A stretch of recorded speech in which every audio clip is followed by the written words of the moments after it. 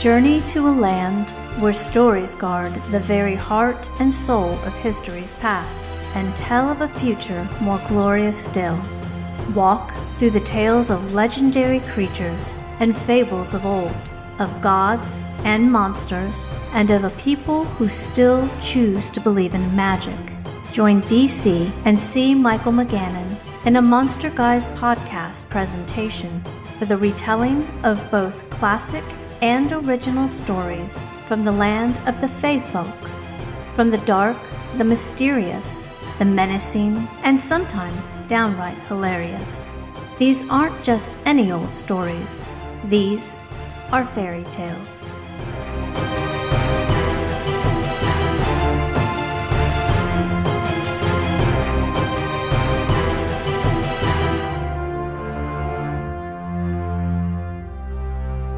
Join us for a story titled The Horned Women, a classic story by Lady Wilde, narrated by C. Michael McGannon, presented by the Monster Guys.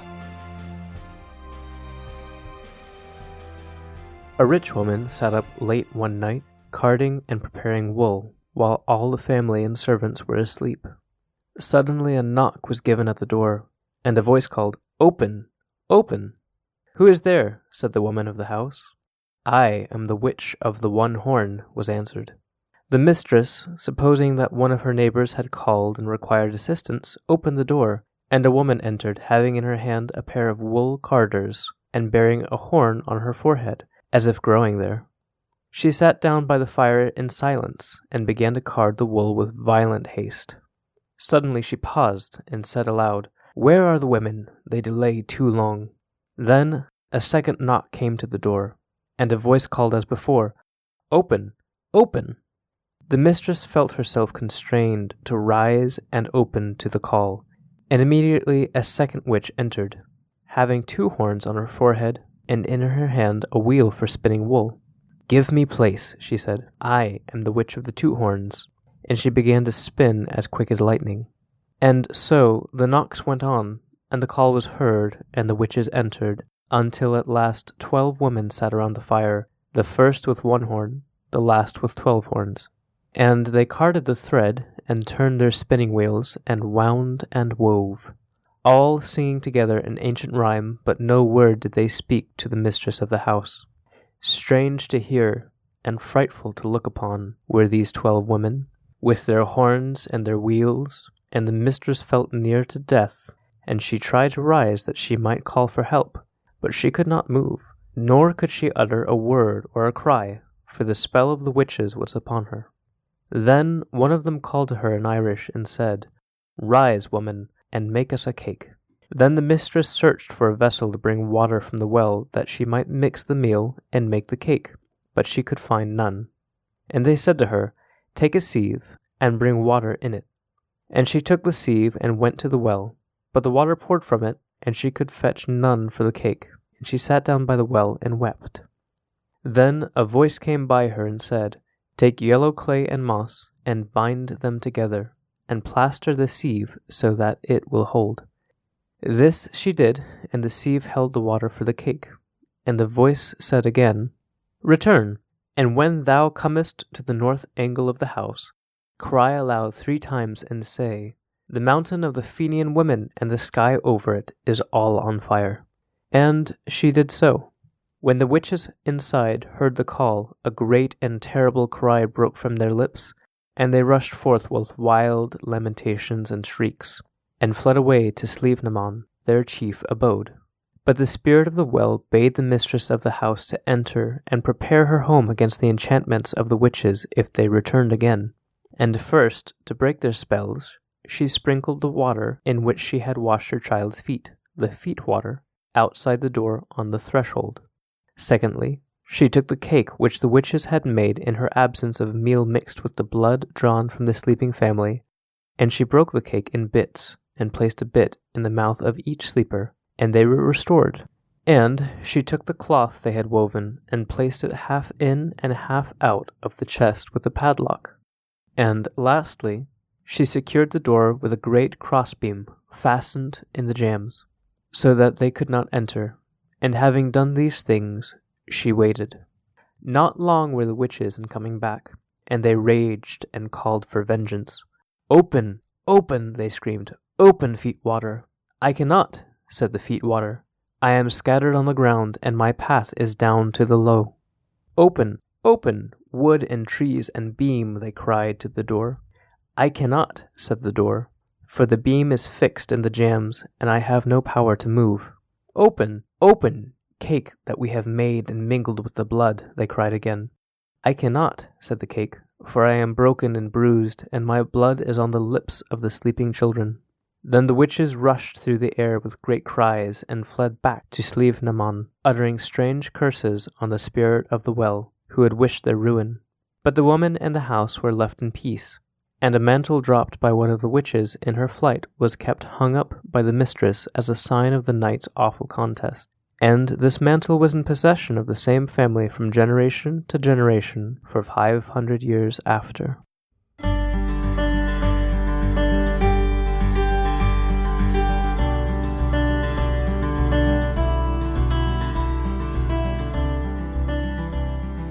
Michael, we have some spooky weather going on outside. A lot of thunder and lightning, even the rare tornado siren going off around here. So I think it's appropriate weather for the witch story tonight. I agree, and I hear a drip, drip, drip outside the window right now. Yeah, so there's all kinds of spookiness going on while we're reading the story.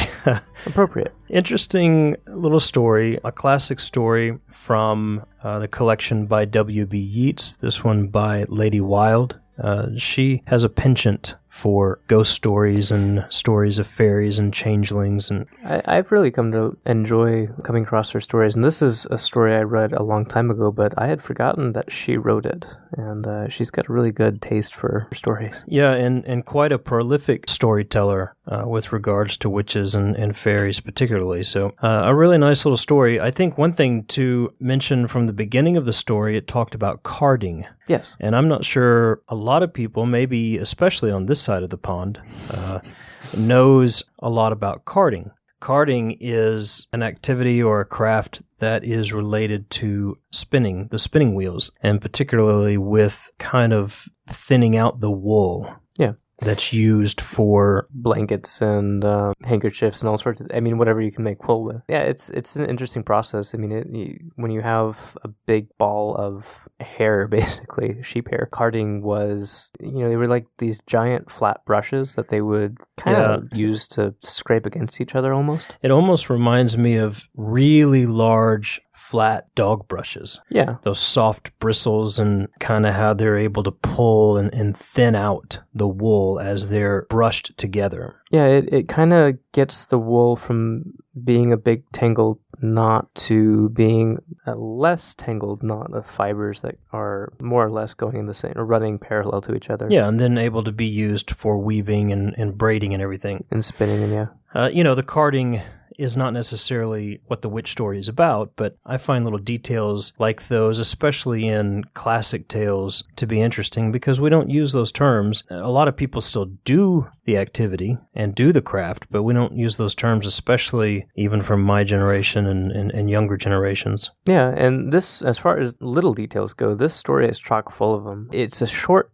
story. Literally, it's very short, even for, shorter tales, but this has a lot of subtle nuances and tiny details that are just make it stand out. Yeah, a lot of details about the witches, a lot of details about the magic that's being used. Let's course through some of that real quick. You've got 12 witches that are spoken of, and I think that's where we originally thought the story was longer. Right. For some reason, thinking that the story identified each of those 12 witches, but it doesn't really. If I remember correctly, there are other versions of this tale that do, and this is also very similar to a Russian fairy tale called One Eye, Two Eye, Three Eye, which is about a group of witches, one which has one eye, one which has two, and the other which has three eyes. And it kind of has the same formula to start out with. Yeah, and I think it's kind of creepy because this is not a scary story, but it's one of those stories that just kind of sits with you until it grows on you, and you just really kind of absorb everything that's going on. And to begin with, you have women knocking on a door who have a horn growing out of their head, and basically home invasion fairy style. Yeah, make themselves at home and just waltz right in and begin giving instructions and don't have any qualms about doing that. Yeah, and it's very strange that she just immediately sits down and, even as it said in the story, she just violently starts to card the wool. The next one starts to spin as fast as lightning. So it's very erratic and abrupt and violent in nature, but not overly physically threatening. And that's why I say this story is kind of creepy in that it just kind of sits with you for a while, because upon first reading or even the first listening, those little details kind of pass by you quickly. But then if you think about it, a witch that comes in with a horn growing out of her head and begins carding, it's those really fantastic details that are mixed with the common day activity. And then you go through 12 witches that all of a sudden have completely invaded your home and given you the instructions. You are spelled, you're under their spell, and you're at their mercy. All of a sudden, you have this violent activity, this whirlwind of common everyday activities that has been carried out by these supernatural creatures, and you are under their spell. Well, and the types of witches that these are is very interesting as well, because, across the world, you do have witches with strange disfigurements. Just like I just said, one eye, two eye, three eye. In Eastern countries, you have witches that separate their heads from their bodies or their entire bodies and grow wings. In Ireland, typically, though, witches are mostly indistinguishable from a normal person. Well, very normal looking. Yeah, but even those that are malevolent, you don't know about it until it's too late. And they don't look any different. Here, immediately it talks about how these witches have horns on their heads, all the way up to like 12 horns, which has to look crazy. Yeah, they don't blend into the marketplace very well. No. And then they're called the Fenian women, or the women of Slievenamon, which I think literally means the mountain of the women, or the something mountain like of the women. Yeah. So you imagine, there's another one of those details. You imagine the background of the story. You have this mountain of these disfigured women carrying on spelled and malevolent magic. They're leftovers from the old army of the gods before the fairies became small and diminutive creatures. So right. You get a sense that they're these perhaps warrior women or descendants of these warriors and great mythical figures, and they just come in and start spinning. Yeah, very intimidating, oppressive, and forceful in every way. Yep. So, even apart from their appearance, I mean, their behavior and their mentality is we still are the gods. And apparently still very powerful, because as soon as the woman opened the door, she was kind of screwed.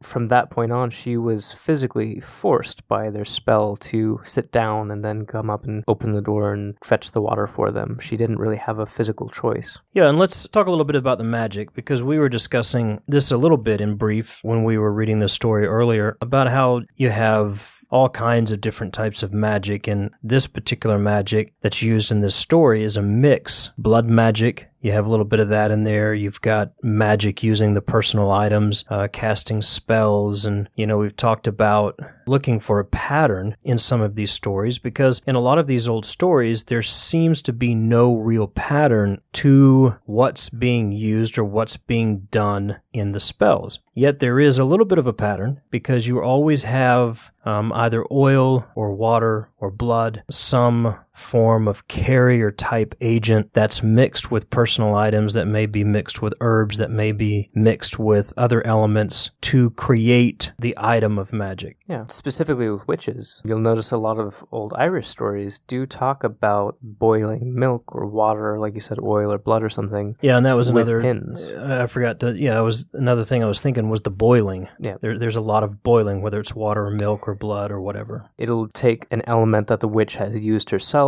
or something she's touched, or like a lot of people in Ireland at that time had horseshoes above their door for good luck, to either catch or pour out good luck. And if you stole that horseshoe and started to boil it with pins in the water, then it would drive her nuts or physically harm her. Other people would stick the horseshoe right in the fire to create heat, and that would harm her as well. So the thing about it is, you get to these wise people in the community who tell the protagonist, if you will, to get the horseshoe or boil boil this or boil this many pins or do this, and you never understand where that conclusion comes from. There is that pattern, but it's inconsistent as to what is being boiled or how many pins or how you're causing the heat to happen. Yeah, and you keep talking about the pins. We were talking about the story of the witch who came to the homestead, knocked on the door, and asked to milk the cow. And of course, I think it was the man of the house that was like, no, we don't need the cow milked. And that brought disaster for them until they used a spell that used pins boiled in milk to ward off the witch and the witchcraft against the house. So there's various elements like that throughout magic. And going back to this story, you have the spirit that gives the instructions for the warding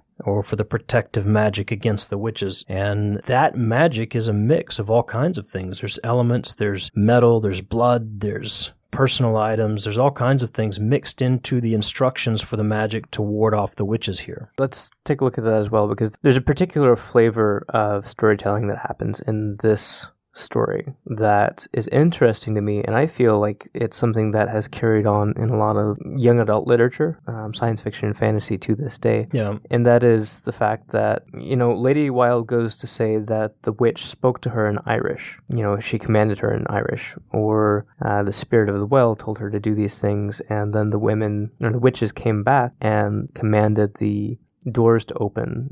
They commanded the feet water to scatter so that they could come in, or the cakes to open the doors. And all of these things, although it's never said, it's kind of implied that there's a magic language, which is an element you see in a lot of stories, that is spoken back to these magical beings. Mm-hmm. And I find that really cool and exciting to see in those old stories, and at the same time, very intriguing. Yeah, you find that even in the writings of people like Lewis and Tolkien and, like you said, in a lot of YA literature and everything today, it's a very powerful thing. Words are powerful. We were listening to a podcast. It was a humorous podcast, but the other day, this wizard character was just like, words are powerful. Yeah. I forget how he said it, but it's true. I mean, as funny as it seems, your spoken word is a really fascinating and powerful element. And in speaking of magic, whether it's in stories or what people, attempt to use in modern day, words are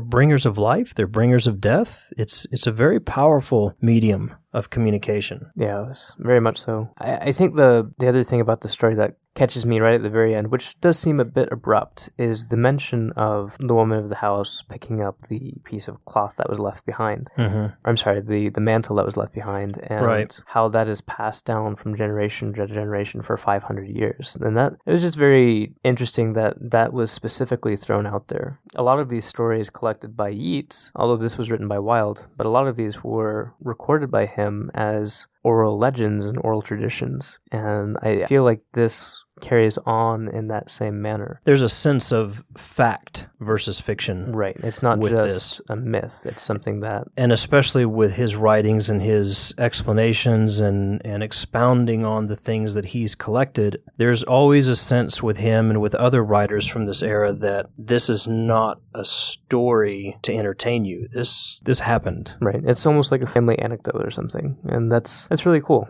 It brings a whole nother layer of depth to these stories when you're reading them. Yeah, it does. So I would encourage you guys who are listening to go back and listen to the story again, or look the story up and read it, and really fine-comb the story for those details, because there's a lot of little things in there that just make this story breathe fully if you pay attention to it. Yes, and like we said at the beginning, it certainly stands out among a lot of other stories. And that's not to take away from others, it's just this is really jam-packed. Yeah, it is. In just a couple of pages worth of writing, there's a lot to be dissected here. And plus, it's just interesting to think about women with horns growing out of their heads who are part of a faction of old gods that are still roaming the earth, coming to the common folks' home. Makes for very interesting thought. Which apparently water spirits don't like.